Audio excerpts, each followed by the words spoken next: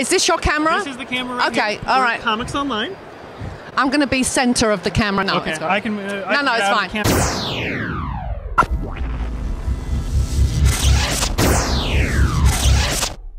Obviously, you're most notable for your work on Star Trek Next Generation. That's true. But fans will also recognize you from Gargoyles. And NCIS. And Stargate SG-1. And Stargate SG-1. And I've just done another show that I can't talk about, which is also... It's like when you do a guest shot now, you have to sign like the Official Secrets Act. You can't talk about it. It's like everything's secret. It's weird. And it's not a sci-fi show, so it's kind of weird. Well, this has been a big year, or last year was a big year for Star Trek. It was. We had a recent movie coming out. What does the franchise, looking back, mean to you, or what stands out the most to you from your work? Well, it's actually not my work. What stands out the most from my experience with Star Trek was the friends that I made, because my cast are my family, and we're all still best friends 30 years later. I can't believe we're all still best friends. Actually, we're like a family. We don't see each other all the time, but when we do, we just, if we're at a party, we end the evening sitting in a corner with our backs to everybody else. We're very cliquey, yeah. So who would you say you're closest with amongst Michael the cast? Dorn. Michael Dorn is my bestie.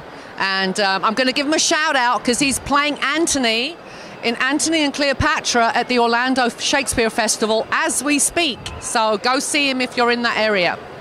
So what are you working on aside from your top secret project, or what's your most recent That project? is the most recent. The top secret project is the most recent. And I'm just, I'm at the place now where I get a call and then I'm working like in 2 days. I don't have my year set out like, say, Patrick does. Mine is a kind of a first-come, first-served basis. In terms of Gargoyles, can you talk about the process of working with that cast? And it was, of course, a Disney series. Right. Was there anything in particular that stood out to that experience? Well, we shot it like a radio play. I've done a lot of voiceovers, and you usually go into a studio with 1 or 2 other actors, possibly on your own. But when we did Gargoyles, we would do it on a Saturday, and we would try and get as many people as possible who were in the episode, and we'd sit in a semicircle and do it like a play, and that was a lot of fun. Because I have to be honest, sitting in a studio on my own doing voice acting is not my favorite thing. For me, acting is acting with another person and reacting to that person. So, yeah, I like it when there's more people involved. One of the really interesting things about that series was the fact that you had so many of your friends I know, involved. it became like a Star Trek reunion on a Saturday morning. The same people who hired me to do Gargoyles also hired me to do Young Justice. So I'm Queen Bee in Young Justice, and I think that was cancelled, and everyone's trying to get it back on. It just got renewed. Oh, well done. Officially, season 3. You heard it here at Comics Online. Young Justice got renewed. Greg Weisman, I'm available. Hello. And Greg is actually a friend of ours. Is he? Hi, Greg. No, it actually just got picked up, but it sounds like Netflix. Oh, season cool. 3 just got announced at the end of last year. Excellent. So hopefully we'll get more Queen Bee. In terms of Next Generation, 7 seasons plus several movies, what stands out to you? What's your favorite moment when you're looking back, or what comes to mind first? We laughed for 7 years. We laughed nonstop. In fact, we had a director in the first season where we were still quite well behaved, and he refused to ever come back because we were too rowdy. And we got rowdier with every season, and we just laughed. I mean, DS9 and TNG overlapped for a couple of years, and I was friends with Terry Farrell before she ever got the gig. And I used to go and visit her, and I would leave my set that sounded like, kindergarten at recess, and I would go over to Deep Space Nine, and it would be deathly silent. And I would be like, did someone die? Is someone dead? And they'd be, oh, it's Marina, and it would get louder and louder. But, yeah, we had...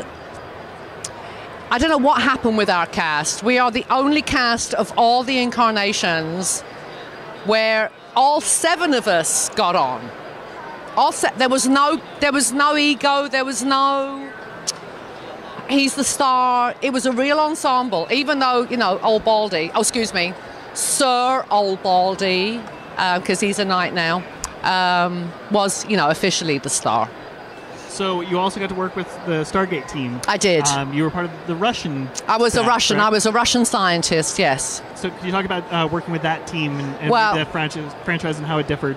Well, when you've been in TNG, which is pretty much the flagship show of all things sci-fi, when you do another sci-fi show, well, they treated me like I was the visiting Queen of England, which was wonderful.